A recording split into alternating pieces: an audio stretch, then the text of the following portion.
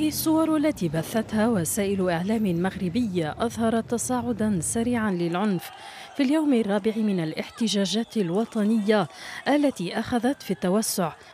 في البداية تجمع المتظاهرون ومعظمهم من الشباب بشكل سلمي للمطالبة بإصلاح النظام التعليمي وتحسين قطاع الصحة.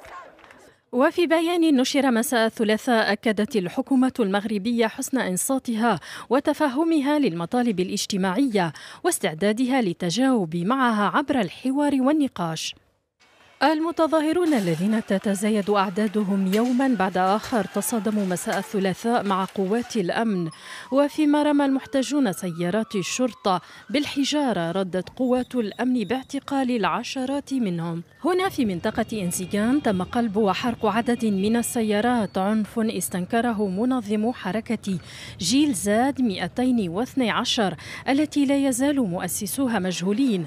أما منظمة العفو الدولية فقد دعت إلى الحق في التظاهر السلمي. ندعو السلطات المغربية إلى احترام حقوق التظاهر وأن تطلق فوراً وبدون شروط سراح كل شخص اعتقل وهو يدافع عن حقه في التظاهر السلمي. كانت الاحتجاجات قد انطلقت في عطلة نهاية الأسبوع الماضي من العاصمة المغربية لتنتشر إثر ذلك في باقي مدن المملكة.